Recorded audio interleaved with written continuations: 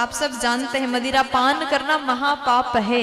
ये बहुत बड़ा पाप है। अगर मनुष्य मदिरा पान करता है तो वहां पर उसका तो हानि है ही, जबकि वो स्वयं समझता है मदिरा पान करने से मुझे नुकसान है, वो जानता है, लेकिन फिर भी नहीं मानता। ये नशा ऐसा चीज है ना, जिसको लग जाए, एक बार लगे, इसलिए हम हर जगह कहते हैं अपने बच्चों को बचपन से ही संस्कार दो। अगर आपने बच्चों को जब वो छोटा है तभी से इन सब गलत चीजों से अगर आपने दूर रखा। आजकल लोग क्या करते हैं, जो पिता होते हैं घर में बच्चों के सामने बैठ करके मदिरा पान करते हैं और वो बालक देख रहा है पिताजी कुछ पी रहे हैं और पीने के बाद उसका व्यवहार भी देख रहा है, कैसे लड़ाई झगड़े होता है, मम्मी को कैसे चिल्लाते, कैसे डांटते, कितना मारते हैं, सब बालक देख रहा है। और वो धीरे धीरे रोज जो देखता है ना, बच्चे जो होते हैं देख करके ही सीखते हैं। चाहे आप कितना भी ज्ञान दे दो, बेटा ऐसा करो, ऐसा बोलो, ऐसा कहना चाहिए, ऐसा करना चाहिए, कितना भी ज्ञान दो, आप लोक रीति अपने बेटा को, अपने बच्चा को कितना भी सुनाओ, समझाओ, लेकिन बच्चा आपके कहने से सीखता नहीं। आपका घर का बालक आपके व्यवहार को देख करके, आपके स्वभाव को देख करके, एक एक आपके कृत्य को देख करके वो अपने भीतर ग्रहण कर लेता है।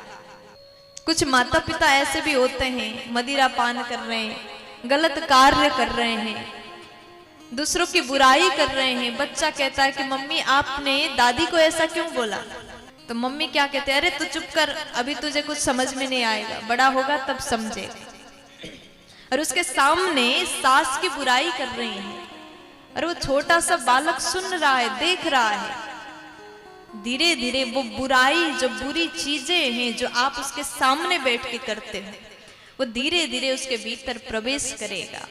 जब बेटा बड़ा होगा तो वही गलत काम करना प्रारंभ करेगा। इसलिए सुधर जाइए। जो व्यक्ति मदिरा पान करते हैं वो अपने स्वयं के जिंदगी को बर्बाद कर रहे हैं, साथ में अपने बच्चों के भविष्य को बिगाड़ रहे हैं, परिवार के सुख को छीन रहे हैं, समाज में उन्हीं का बेइज्जती हो रहा है।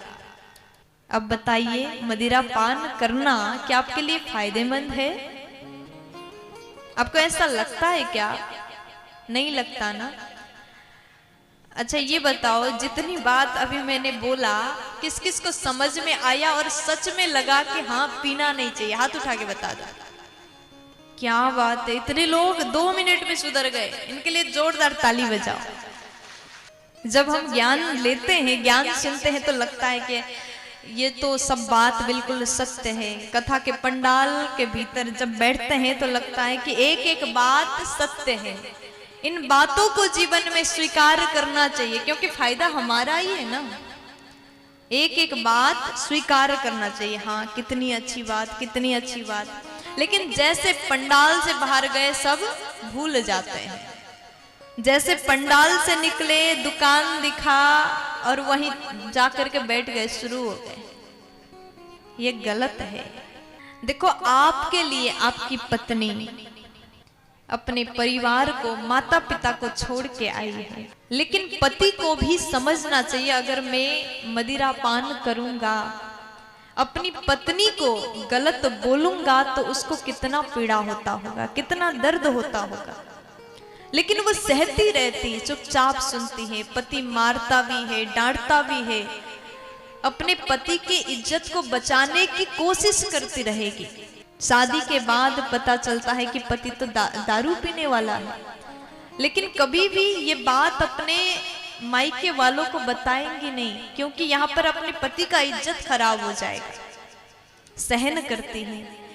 एक नारी अपने पति के लिए सब कुछ त्याग करके आती है और फिर भी आपके सम्मान को बचाने की कोशिश करती है, लेकिन वो पुरुष कभी नहीं समझता कि नारी कितना त्याग कर रही है और कितना सहन कर रही है। अगर ये समझने लग जाए तो मदिरा पान बंद ही हो जाएगा। हर पुरुष को समझना चाहिए। ये सबसे बड़ा पाप है, इससे दूर रहिए, क्योंकि आपका जीवन बर्बाद हो रहा है। ये शरीर आपको मिला केवल इसको बिगाड़ने के लिए नहीं। ये सुंदर शरीर हर जन्म में भटकते भटकते एक बार मानव देह हमें प्राप्त हुआ, लेकिन इस मानव शरीर को पा करके भी इसको हम गलत चीज में लगा रहे हैं, मदिरा पान कर रहे हैं, मांसाहार कर रहे हैं, दूसरों के साथ में गलत व्यवहार कर रहे हैं, तो मनुष्य होने का कोई लाभ आप उठा नहीं पा रहे हो। भगवान ने आपके ऊपर कृपा करके मानव बनाया, लेकिन मानव होने के बाद काम दानव के समान हो गए तो मानव होना व्यर्थ है। इसलिए भजन करिए, प्रभु का स्मरण करिए, कथा सुनिए, सत्कर्म करिए, सत्संग करिए। ऐसे सुंदर कार्य के लिए मनुष्य देह को लगाइए, सेवा में लगाइए, परोपकार करिए, तभी आपका मानव होना सार्थक होगा। प्यार से बोलना पड़ेगा।